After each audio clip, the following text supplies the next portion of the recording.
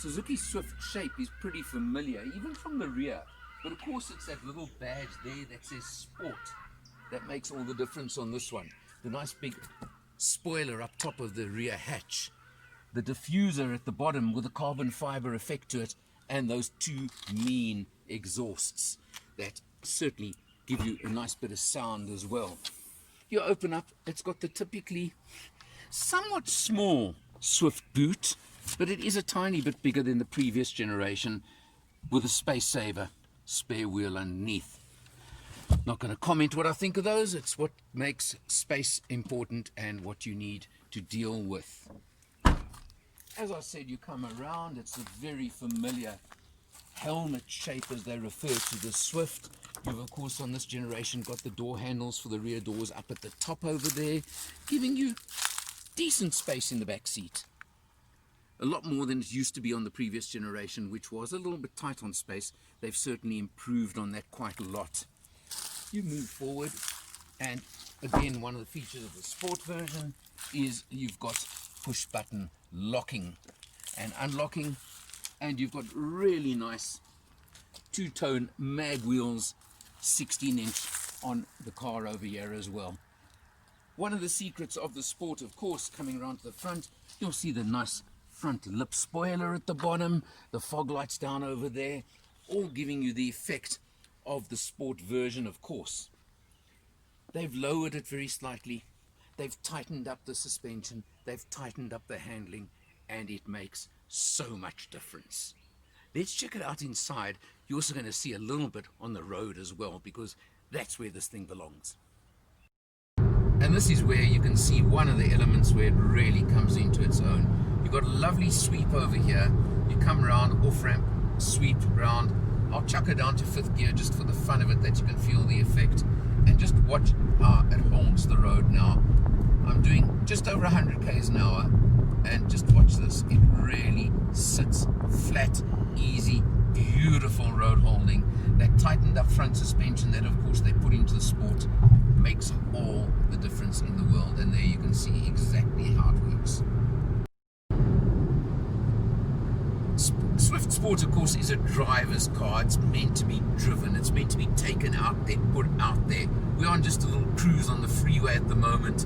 I wish there were some twisties and bends, a little mountain pass, because that's where this car will really come into its own. My one little complaint on it maybe is that at 120, you over 3,000 revs in 6th gear, which is a little bit buzzy, but then again, I think maybe it does suit the nature.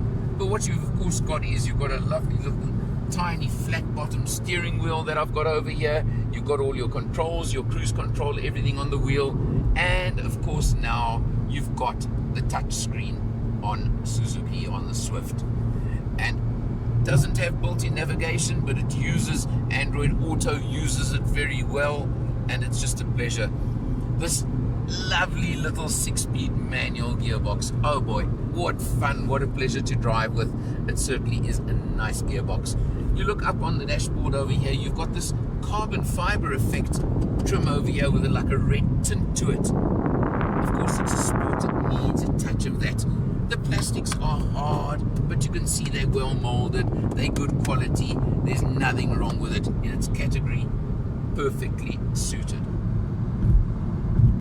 The real fun of this car is you're cruising along at 120, but with the 230 newton meters of torque, 103 kilowatts, watch this, you knock it down to 5th gear, and woohoo, here we go. You can feel that accelerator, the turbo kicks in, and back into 6th, just to show you, because of course, I won't tell you what speed I'm doing right now, but just shows you how quick and how responsive, of course, this turbo engine is, and that makes such a difference.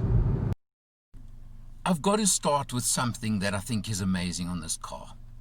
It's got that turbo 1.4 turbo engine, 103 kilowatts, 230 newton meters of torque, which is a lot of stonk, and especially on a lightweight car like this. And look at that fuel economy. Yes, 6.2 liters per 100. I've done 304 Ks on this test, and I got that economy. It is amazing. I have not hung around. I haven't driven like a hooligan, but I've certainly enjoyed the performance and still got that economy.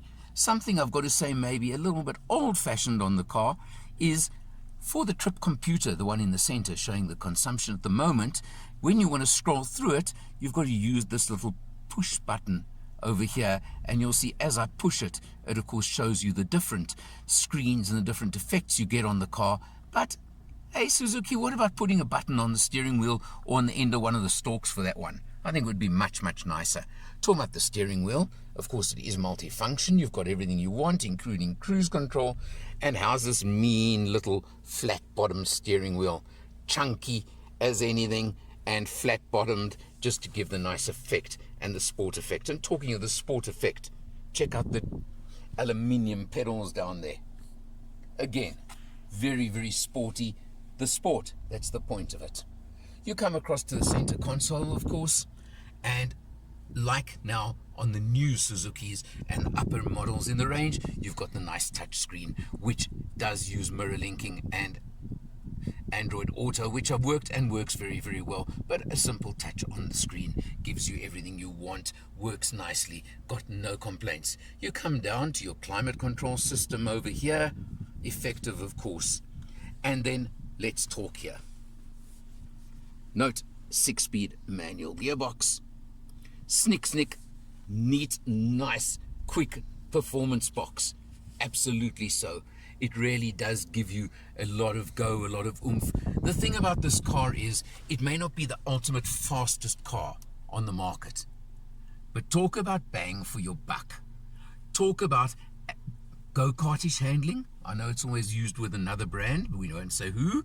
But this has got the same sort of effect.